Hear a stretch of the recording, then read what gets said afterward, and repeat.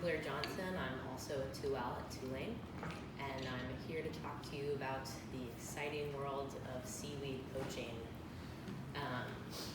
Before anybody gets too excited, this is a Maine state case decided by the Maine Supreme Court.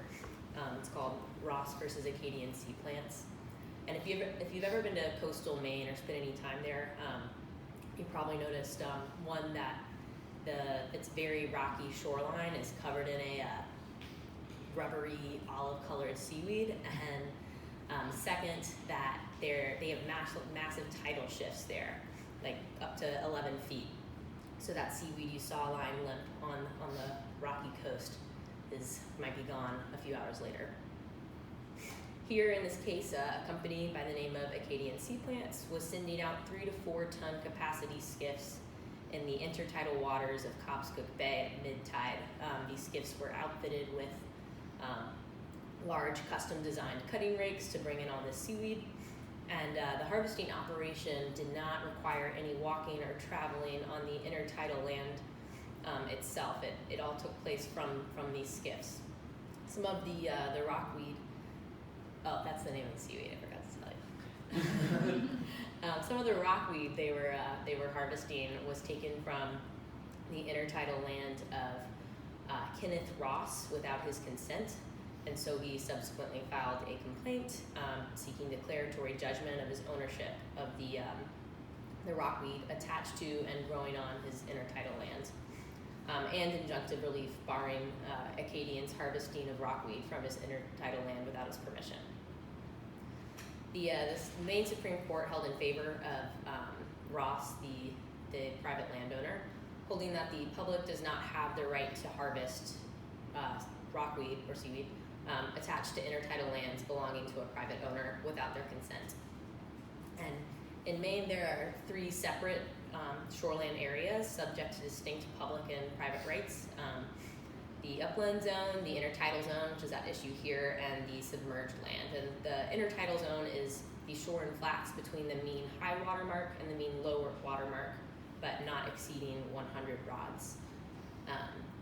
And historically, public rights in the intertidal zone have been governed by the public trust doctrine.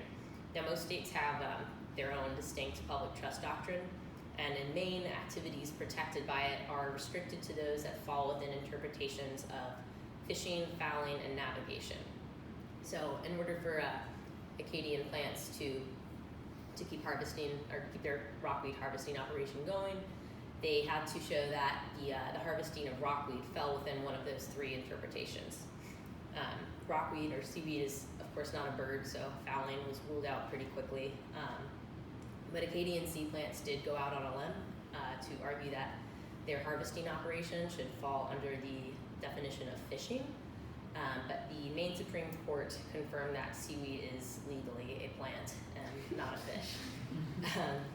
So then the court went on to determine whether the harvesting operation fell within the definition of navigation. And they relied on 2 analytical approaches from its recent decision in a case called McGarvey versus Wittridge. And just to note, McGarvey versus Wittridge was split 3-3, so it was 2 concurring opinions.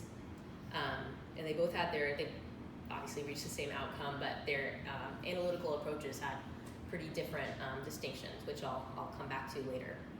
And that case also concerned public trust doctrine rights vested in the intertidal zone.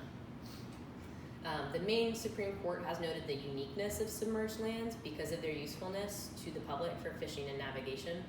And public use of intertidal lands in Maine can be for the purpose of navigation or activities related to navigation.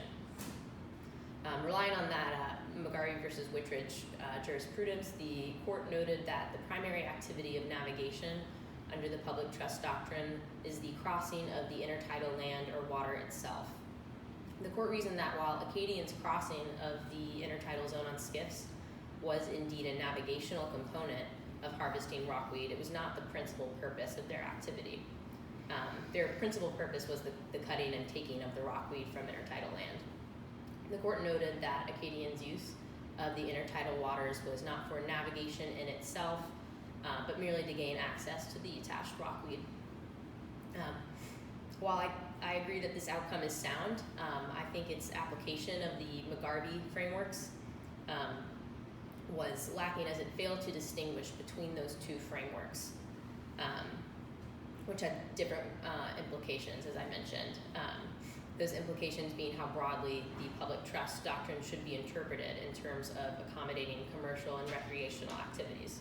So in that case, the court was concerned with whether crossing the wet sand in the intertidal zone to go scuba diving as a part of a commercial scuba diving business fell within the ambit of navigation.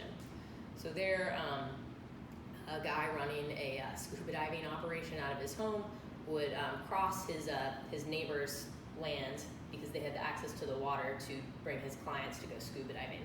And the Maine Supreme Court did find that crossing of the wet sand fell within the ambit of navigation. And they also noted the tension between private ownership of land as a part of Maine's common law and the public's right to cross that intertidal land to reach the ocean.